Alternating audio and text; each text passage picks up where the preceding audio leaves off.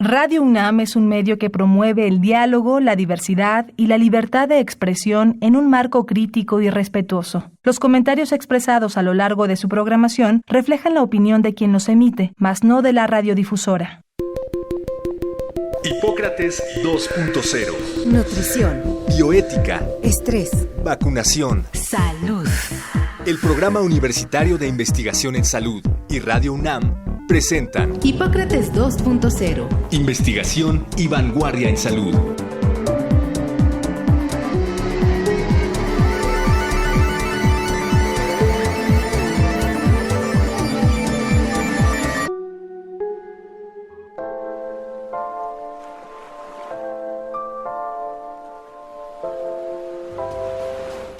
Hola, ¿qué tal? Bienvenidos a Hipócrates 2.0. Yo soy Mauricio Rodríguez, los saludo como cada semana aquí en Radio UNAM. A 3 años de la declaración del inicio de la pandemia, que fue el 11 de marzo de 2020, cuando finalmente la Organización Mundial de la Salud encontró los elementos suficientes para decir que COVID-19 era una pandemia.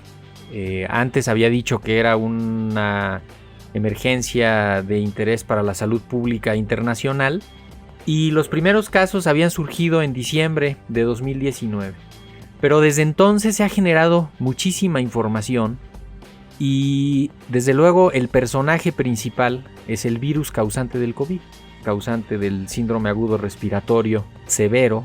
Así que pues decidimos que el programa de hoy lo íbamos a dedicar a hablar sobre el virus SARS-CoV-2, que es el causante de COVID-19, y lo traemos a propósito de que se reactivó recientemente una polémica sobre el origen de este virus y el origen de la pandemia. Así que, pues como en ocasiones previas cuando hablamos de esto, invitamos al doctor José Alberto Campillo Valderas para que nos ayude a descifrar esta maraña de conocimiento, que él es biólogo, maestro y doctor en ciencias, es profesor de la Facultad de Ciencias de la UNAM, donde también es investigador en el Laboratorio de Origen de la Vida, y su principal línea de investigación es el origen y la evolución temprana de los virus. Él es miembro candidato del Sistema Nacional de Investigadores y miembro de la Sociedad Mexicana de Virología. En Twitter lo encuentran como @J_Campillo. Y pues le tenemos algunas preguntas, pero lo primero es saludarte, darte la bienvenida. Pepe, bienvenido. Muchísimas gracias por aceptar la invitación. Hola, ¿qué tal, Mauricio? Pues un saludo a ti y a tu público y muchas gracias por la invitación. Oye, como decía en la introducción, es un enemigo muy conocido pero desconocido. Se han enfocado muchísimo los infectólogos, los biólogos en descifrar este virus. ¿Por qué es importante conocer el origen de este virus? Y un poco más adelante pasamos a ver en qué vamos. Sí, claro, pues fíjate que es un tema que, bueno, a nosotros como laboratorio nos apasiona porque precisamente ahí hacemos cuestiones sobre origen y evolución de virus en general, ¿no? En particular, pues ya algunos virus que pues no son tanto de interés médico, pero sí de qué manera los virus pues pueden, por qué infectan, por ejemplo, a bacterias, por qué infectan a plantas, a otros animales no humanos, ¿no? Pero viéndolos de una perspectiva ecológica, es importante tomar muy en cuenta la relación tan estrecha que hay entre el virus como tal y sus hospederos, ¿no? Llámese planta, llámese grillo, llámese bacteria, ¿no? Y por supuesto, llámese ser humano. O sea, el SARS-CoV-2 se apellida Coronaviridae, ¿no? Que es la familia de estos virus. Ya se conocía desde antes que pues infecta tanto a aves como a mamíferos, como el ser humano, por supuesto, ¿no? Ya lo conocemos muy bien a los que trabajamos dentro de la evolución de virus. Conocemos muy bien a los coronavirus que tienen esta historia tan estrecha, tan relacionada, tan íntima con estos hospederos llamados aves y humanos, ¿no? Yo de hecho en la maestría trabajé con coronavirus que infecta aves, que se llama virus de bronquitis infecciosa. Y bueno, ahí lo ves desde frente, ¿no? Estos virus, de qué manera atacan directamente a muchos órganos, en el caso muy particular de las aves. No se ha encontrado, de hecho, estos en seres humanos, ¿no? perdón, ahí nada más para anotar, el virus causante de COVID se llama justamente SARS-CoV-2 porque hay un SARS-CoV-1 que es el que causó el SARS en 2002, 2003. Y además tienen un primo que es un coronavirus que causó el de Medio Oriente, también 2013 me parece, y que van recibiendo nombres específicos, pero pues sí, no es el único de esa familia, ¿no? Qué bonita familia. Sí, claro, claro, y bueno, pues están ahí, ¿no? Conviven con sus hospederos, algunos no les afectan tanto, por ejemplo, muy en particular, hay algunos coronavirus que nos infectan, pero bueno, que no pasa de un resfriado, ¿no? Entonces, la importancia de conocer el origen de este tipo de virus, pues radica precisamente en que podemos prevenir el origen de otros coronavirus o de otros virus que pueden infectar al ser humano, aunque pues eso a veces es inevitable, ¿no? Los virus naturalmente están evolucionando, ¿no? Naturalmente tienen sus mutaciones, no podemos evitar eso, no hay un antiviral, no hay una vacuna que evite que el virus evolucione. O sea, eso ya está en su naturaleza, es inherente en su naturaleza. Entonces, seguramente va a haber más pandemias de virus, de bacterias, de otros patógenos en el futuro y que nos van a afectar. Pero sí es importante saber cómo un virus puede surgir en un animal y luego saltar, por ejemplo, a otro animal como puede ser el ser humano. Entonces, tomar esas medidas de precaución, ¿no? Entonces, que eso sí es importante saber. Por eso la Organización Mundial de la Salud está enfocada precisamente en este estudio sobre el origen del SARS-CoV-2, porque de esta manera puedes decir, bueno, surgió en murciélagos, bueno, ¿qué va a pasar? Hay que matar a todos los murciélagos, digo, los murciélagos son un almacén andante, ¿no? de coronavirus y de otros virus, pero esa es la razón para poder matar a todos los murciélagos. Como biólogo, pues te puedo decir que no, obviamente, ¿no? Pero sí es importante rastrear, ¿no? Monitorear esas zonas calientes, ¿no? Claro, qué bueno que lo pones así, porque me parece importantísimo hacer una distinción entre el origen del virus, de dónde viene el virus, quién es su familia, cómo se logró configurar en su forma actual, y por otro lado es el origen de la pandemia, el problema propiamente epidémico, ¿no? Son dos aproximaciones diferentes. Por un lado, hay este interés genuino científico de estar entendiendo lo que va pasando, describiéndolo, idealmente para tratar de anticipar. Y por el otro, podría haber esta culpa y esta búsqueda de culpables para el castigo, que es también una visión bastante reducida, como este ejemplo hipotético que dices de, pues si son los murciélagos, entonces acabemos con eso, ¿no? Que sería justamente, ¿dónde está el culpable? Vamos a castigar al culpable, que eso pues difícilmente soluciona el problema, pero hablamos de dos cosas distintas, ¿no? El origen del virus, el origen de la pandemia, todo apunta a que pues ocurrió en el mercado de animales vivos que hay en la ciudad de Wuhan, en China, y que ahí encontró las condiciones para empezar a hacer una infección en seres humanos y entrar en contacto. Y además, en esa ciudad, en ese momento, encontró las condiciones para propagarse y lo demás es historia. Sí, claro, pues sí es importante lo que comentas, ¿no? Esta cuestión de ver en dónde, esa pequeña diferencia, ¿no? Bueno, gran diferencia, ¿no? Entre, por ejemplo, el origen de un virus y el origen de una pandemia. O sea, puedes tener un virus que se origina, pero no necesariamente va a terminar en una pandemia, ¿no? Y ahí es importante, pues, precisamente ver cómo los virus, cuando una vez surgen, y te repito, y eso quiero ser muy enfático, surgen a partir de otros virus y cómo estos pueden adaptarse a un nuevo hospedero como puede ser el ser humano. Hay muchas condiciones que pueden propiciar esto. Una de ellas es precisamente, por ejemplo, la alta concentración de las personas. A los virus les encanta que haya muchos hospederos, en este caso muchos seres humanos, en un lugar cerrado y en el que pues estén en contacto directo humano, ¿no? Entonces, de esta manera le ayudas al virus a propagarse, ¿no? Lamentablemente, en la actualidad se escucha más estos fenómenos de propagación, de pandemias en el ser humano, porque pues hay esta gran acúmulo de personas, ¿no? En una zona específica. Y no tan solo en el ser humano, o sea, tú lo puedes ver, por ejemplo, hay virus que infectan a bacterias en el mar o algas, ¿no? Que ves que nunca se habla de las pandemias de las pobres algas, ¿no? Por ejemplo, pero eso también hay, cuando se juntan muchísimas, pues hay muchos virus, hay unos virus que se llaman ficotnavirus, que también las infectan y pues que es un matadero ahí, ¿no?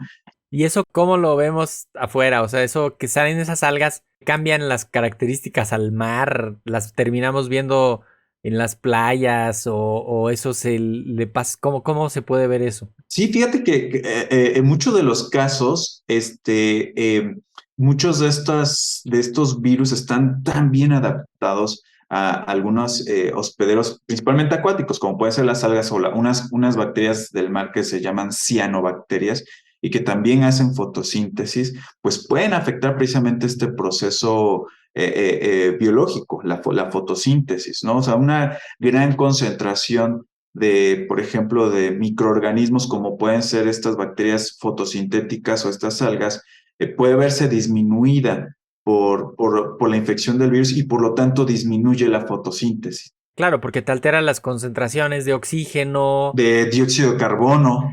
te modifica todo el metabolismo de otras plantas y animales y otras bacterias. Y eso te desencadena, te hace como un efecto mariposa, ¿no? Sí, así es, puede llegar a desregular la concentración de dióxido de carbono, que recordamos que el dióxido de carbono pues es un compuesto que se encuentra también en la atmósfera y que de alguna manera es un filtro, ¿no? De los rayos ultravioleta, ¿no? Entonces, y que eso puede ocasionar una mayor o una menor temperatura dependiendo de la concentración de ¿no?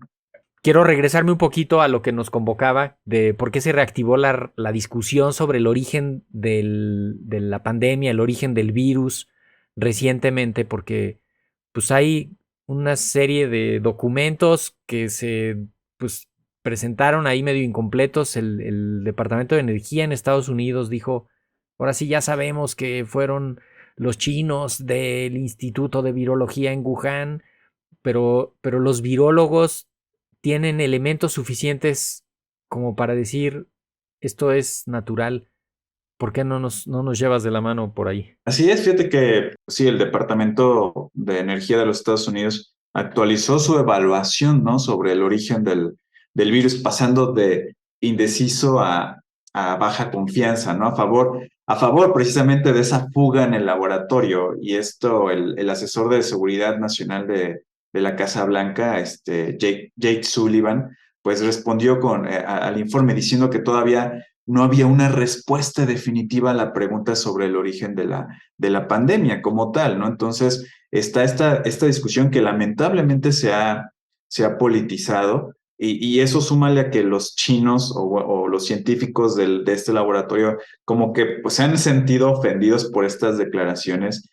Pero bueno, mira, la ciencia no entiende de política. O sea, nosotros los que hacemos ciencia, ¿no? Apelamos precisamente a los hechos, a la evidencia como tal. O sea, tú puedes tener todas tus ideologías políticas como científico, pero los datos hablan. Y es que precisamente los datos están arrojados al menos los primeros estudios a los que convocó la Organización Mundial de la Salud hace 2 años y el año pasado, un grupo de científicos que pues fueron precisamente al laboratorio de virología en Wuhan a evaluar muchas de las muestras que se encontraban ahí, ¿no? Porque hay que recordarle a tu auditorio que, bueno, pues en este laboratorio precisamente sí se realizaban investigaciones en coronavirus, ¿no? Y principalmente hay investigaciones unas que se llaman de ganancia de función, es decir, le da a un organismo una propiedad o una mejoría existente. ¿Qué organismo? Pues puede ser una bacteria, puede ser un hongo, o un ratón, un ave, lo que sea, pero también puede ser un virus, ¿no? Entonces, cualquier cosa. Sí, de hecho esa estrategia se usa mucho en biotecnología, ¿no? Para hacer producción de algo, de lo que se necesite. Sí, que se pueda manipular genéticamente, ¿no? Entonces, sí se están haciendo, como en otras partes del mundo, virus genéticamente modificados. Ahora, suena así muy feo, ¿no? De película de terror, pero es importante este tipo de experimentos, ya que a un organismo o a una entidad biológica como puede ser un virus, tú puedes modificarlo genéticamente de manera que puedas mejorar, ¿no? Su función, por eso se llama así, de ganancia, técnica de ganancia de función o investigación de ganancia de función.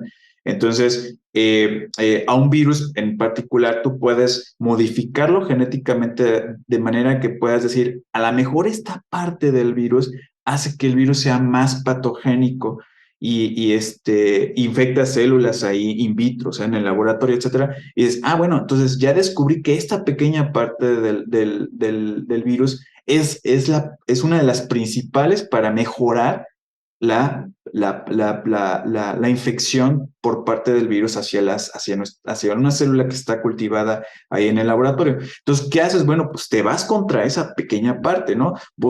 Tratas de bloquearla con compuestos químicos, con qué sé yo, ¿no? Con algo que lo bloquee, ¿no? Sí, buscas estimular el sistema inmune para que haga un anticuerpo contra eso, generar estrategias justamente para poder combatirlo en caso de que tuviera esa característica, ¿no?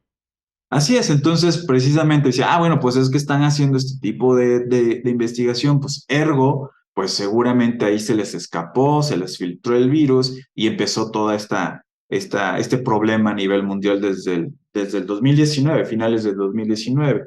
Entonces, pero bueno, hay que, o sea, los datos han indicado porque se han hecho precisamente estudios sobre las muestras que se han encontrado ahí y pues ninguna te dice que los coronavirus que se estudiaban ahí son, digamos, si bien son parientes cercanos al SARS-CoV-2, pero están muy alejados, ¿no? En términos evolutivos, están muy alejados del SARS-CoV-2, ¿no? O sea, te digo que en los análisis evolutivos no mienten. Perdón, vale la pena precisar, cuando se hacen estas manipulaciones genéticas, se van dejando huellas moleculares en el material genético que se queda ahí, que se puede estudiar después y que si te lo encuentras en otro lado o en otras condiciones, podrías ver esa manipulación reflejada en el material genético. No hay manera, es como si cortas un papel con unas tijeras con filo, deja un tipo de corte. Si las cortas con una tijera que tiene surcos, deja el surco marcado.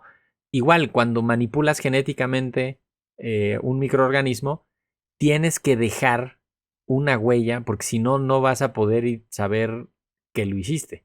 Así es, claro, claro. O sea, eso se llama evidencia, ¿no? O sea, por ejemplo, medicina forense, ¿no? Cuando quieren ver si tú tienes, si eres el padre de un hijo, ¿no? A través del DNA tú ves esa huella genética que se encuentra tanto en el hijo y que se parece a la del padre, por supuesto. Y lo mismo se hace así. Se hizo aquí, ¿no? Aquí no había esa compatibilidad genética entre el SARS-CoV-2 que tenemos actualmente con precisamente las muestras virales que se encontraban en ese laboratorio. Y además, pues muchos de los investigadoras que estaban en ese instituto, pues también se les hizo un muestreo de sangre, ¿no? Para ver si tenían anticuerpos contra el SARS-CoV-2 y pues se descubrió que pues no, o sea, dieron negativo, ¿no?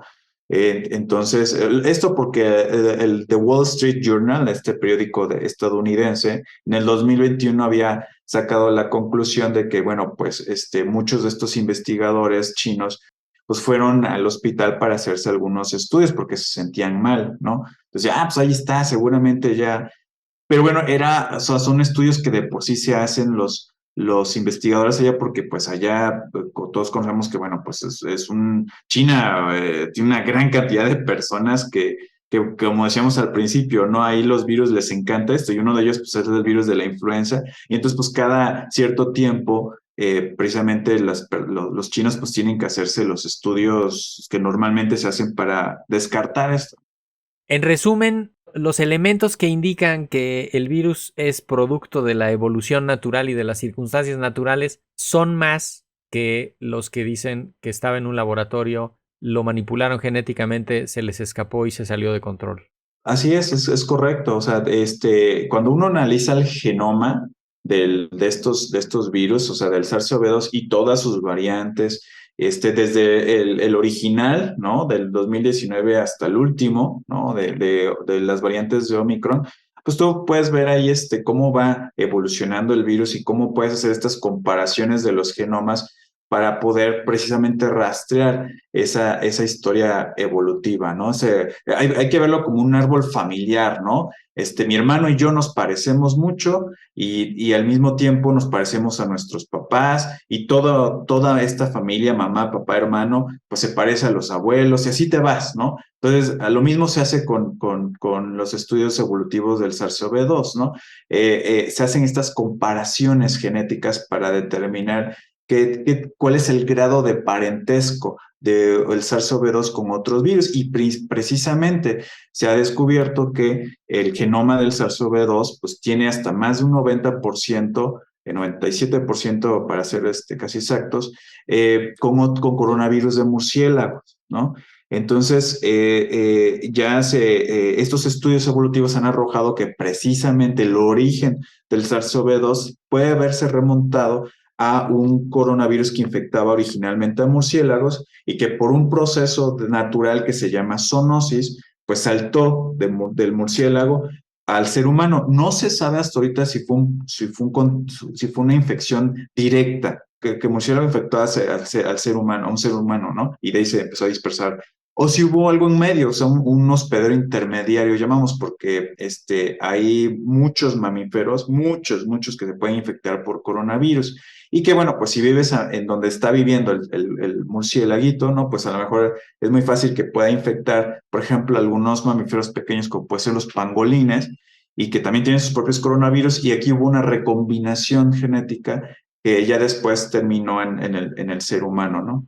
Los primates que viven cerca de los árboles, que están cerca de las cuevas, de los murciélagos. Es la cadena que justamente cuando se alteran los ecosistemas, y creo que esta es una reflexión fundamental, cuando se alteran los ecosistemas, cuando invadimos los nichos naturales donde viven los animales, nos vamos a enfrentar a eso. Cuando la ciudad crece hacia la montaña, cuando los manglares, cuando le ganan terreno al desierto, cuando el desarrollo humano invade estos nichos, nos vamos a enfrentar a los animales que viven ahí y a los agentes infecciosos de esos animales, y eso puede ser de altísimo riesgo. Y el otro elemento que quizá nos falta poner sobre la mesa es si esto lo metes a algo como el mercado de Wuhan, que es un mercado donde llevan animales vivos y se mezclan todas las especies posibles, pues estás acelerando ahí esta evolución. De hecho, es como un laboratorio ahí, un catalizador de los procesos naturales, ¿no? Sí, así es. De hecho, se llama ecología viral. Entonces, el hecho de que se concentre en una zona todos estos hospederos mamíferos o aves, permites precisamente como un catalizador, ¿no? Este contacto directo con los virus. Y claro, ¿no? Pues ahora puedes ver que pueden saltar estos virus de un animal a otro, incluso del ser humano a otros animales, como se ha visto con el SARS-CoV-2, ¿no? Hemos infectado a algunos animales como pueden ser los venados o felinos, ¿no? Que también, pues, porque estamos en contacto directo los seres humanos con ellos, pues les pasamos nuestro virus, ¿no? Y entonces... Sí, de hecho, varios estudios han encontrado que como ha sido la circulación tan extensa del virus entre los seres humanos, pues también ha estado en los animales. En animales domésticos así de compañía, ¿no? Lo han aislado de perros, de gatos, de animales de los zoológicos, de animales silvestres. Estamos casi acercándonos al final, tenemos el tiempo encima, Pepe, pero quiero nada más que nos ayudes con una reflexión final sobre las perspectivas de la evolución del SARS-CoV-2.